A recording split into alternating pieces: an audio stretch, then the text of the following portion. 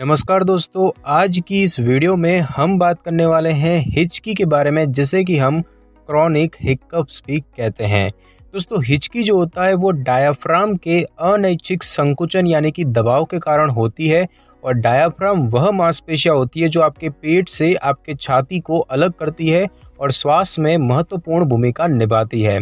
इसमें संकुचन या दबाव के बाद स्वर तंत्र यानी कि वोकल कॉर्ड्स अचानक बंद हो जाता है, जिससे कि हिक जैसी ध्वनि उत्पन्न होती है। ज्यादा भोजन करने, शराब पीने, कार्बोनेटेड युक्त पेय पदार्थ पीने या अचानक उत्तेजित होने से हिचकी आना शुरू हो सकती है।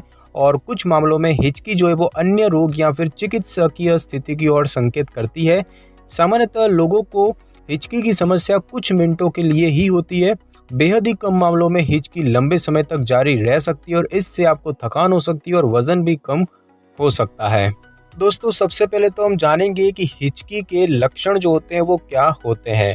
दोस्तों, हिचकी आना एक लक्षण ही होता है और इसमें कई बार आपकी छाती, पेट और गले में कसाव या फिर दबाव महसूस होता है। बात करते समय आपको हिचकी आती है। दोस्तों, बात करें कि डॉक्टर के पास कब जाना चाहिए, तो यदि हिचकी पिछले कई घंटों से लगातार हो रही हो और इसके होने से आपको खाने, सोने या सांस लेने में परेशानी हो रही हो, तो इस स्थिति में आपको डॉक्टर से मिलकर इसका इलाज कराना चाहिए।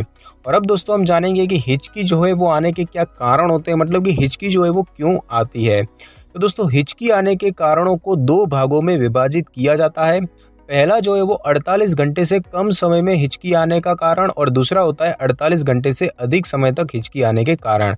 सबसे पहले दोस्तों बात करेंगे कि 48 घंटों से कम या कुछ घंटों के लिए हिचकी आने के क्या कारण होते हैं। तो हिचकी आने के दोस्तों कई कारण होते हैं। 48 घंटों से कम समय के लिए हिचकी आने के सामान्य कारणों की बात करें तो उसमें है कार्बोनेटेड युक्त पेय पदार्थ पीना, बहुत ज़्यादा शराब पीना, अत्यधिक खाना खाना, उत्तेजित होना या भावनात्मक रूप से तनाव होना, साथ ही साथ अचानक तापमान में परिवर्तन होना, या फिर च्युइंगम या कैंडी यानी कि टॉफ़ी को चूसने के साथ हवा का निगल जाना। उसके बाद दोस्तों बात करें कि 48 घंटों से ज़्यादा समय तक हिचकी आने के क्या कारण होते हैं, तो इसके कई कारण हो सकते हैं और उनको भी अलग अलग श्रेणियों में बांटा जा सकता है। सबसे पहला तो है दोस्तों कि तंत्रिका में जलन या फिर क्षति होना। दोस्तों, लंबे समय तक हिचकी के कारण वेगस नसों या फ्रेनिक नसों में जलन या फिर किसी अन्य प्रकार की क्षति हो सकती है, और यह नसें डायाफ्राम मांसपेशियों के कार्य में सहायता करती है। और इन नसों की क्षति या जलन होने के कारकों में कुछ कारक होते हैं, जैसे कि आपकी गर्दन में ट्यूमर होना, घेंगा होना या फिर गांठ होना, जिसे कि हम सिस्ट भी कहते हैं। साथ ही साथ गैस्ट्रो इसोफेजियल रिफ्लक्स होना यानी कि पाचन संबंधी रोग होना, या फिर गले में खराश या गले में सूजन होना। दूसरा जो दोस्तों श्रेणी है वो होता है केंद्रीय तंत्रिका तंत्र संबंधी विकार। तो आपके केंद्रीय तंत्रिका तंत्र में ट्यूमर, इन्फेक्शन या किसी चोट के कारण प्रभावित क्षेत्र को होने वाला नुकसान से भी हिचकी को नियंत्रण करने में बाधा उत्पन्न होती है। और इसके उदाहरणों की बात करें तो उसमें है एनसेफेलाइटिस यानी कि दिमागी बुखार, मेनिंजाइटिस, मल्टीपल स्क्लेरोसिस, आघात यानी कि स्ट्रोक, दिमाग की चोट जैसे कि हम ट्रॉमेटिक ब्रेन इंजरी कहते हैं, और साथ ही साथ ट्यूमर भी इसका रीजन हो सकता है। उसके बाद दोस्तों एक और श्रेणी होती है जो कि है मेटाबॉलिक विकार और दवाओं के कारण।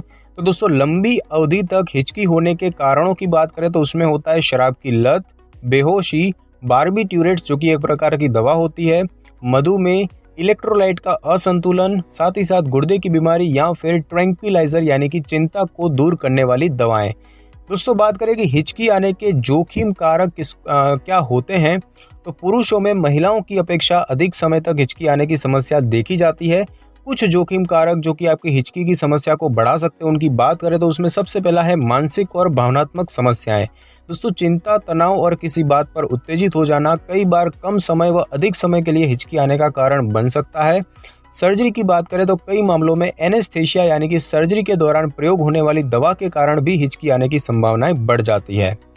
अब दोस्तों जानेंगे हम कि हिचकी का निदान जो है वो किस तरीके से किया जा सकता है। दोस्तों, आप हिचकी आने को खुद महसूस करते हैं, लेकिन लंबी अवधि तक हिचकी आने और उसके पीछे कोई अन्य रोग होने की जांच के लिए आपके डॉक्टर कई तरह के परीक्षण करते हैं। और उनकी बात करें तो सबसे पहला है शारीरिक परीक्षण यानी कि फिजिकल एग्जामिनेशन।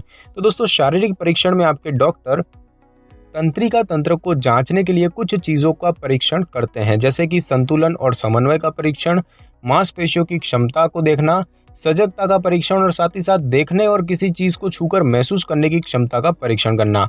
और इन सभी टेस्ट में यदि आपके डॉक्टर को हिचकी आने का कोई अन्य कारण लगता है तो वे आपको कुछ तरह के और भी टेस्ट करने के लिए सुझाव दे सकते हैं। जैसे कि बात करें लेबोरेटरी टेस्ट यानी कि प्रयोगशाला परीक्षणों की, तो आपके खून के नमूनों से कुछ लक्षणों की जांच की जा सकती है, जैसे कि मधुमेह की, इन्फेक्शन की या फिर गुर्दे की बीमारी की। और दोस्तों बात की जाए इमेजिंग टेस्ट की, तो इस प्रकार के परीक्षणों से वेगस नसों, फ्रेनिक नसों और डायफ्राम में होने वाली असामान्यताओं का पता लगाया जा सकता है।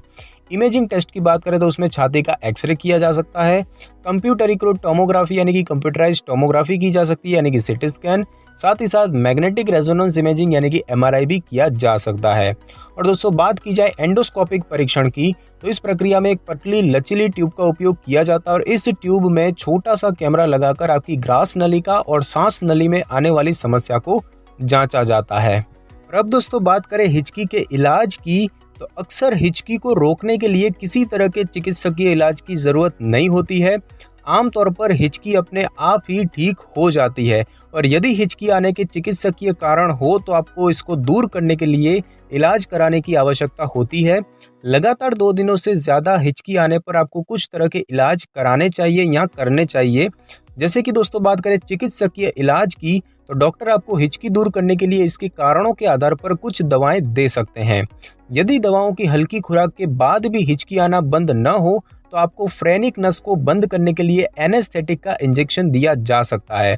इसके अलावा मशीन के द्वारा आपकी वेगस नस में हल्की सी विद्युतीय उत्तेजना की जाती है और यह तरीका आमतौर पर मिर्गी के इलाज में काम में आता है। और दोस्तों बात करें हिचकी को दूर करने के अन्य तरीकों की, तो वैसे तो हिचकी को रोकने का कोई निश्चित तरीका नहीं है, फिर भी आपको कुछ समय से हिचकी हो रही हो तो आप कई तरह के उपायों के जो उपाय होते हैं उन्हें आजमा सकते हैं। तो दोस्तों बार बार या लगातार हिचकी आना रोकने के लिए कई तरकीबें अपनाई जा सकती है और इन तरकीबों से खून में कार्बन डाइऑक्साइड बढ़ाने की कोशिश की जाती है ताकि डायफ्राम जो है वो मांसपेशी का संकोचन नहीं हो सके।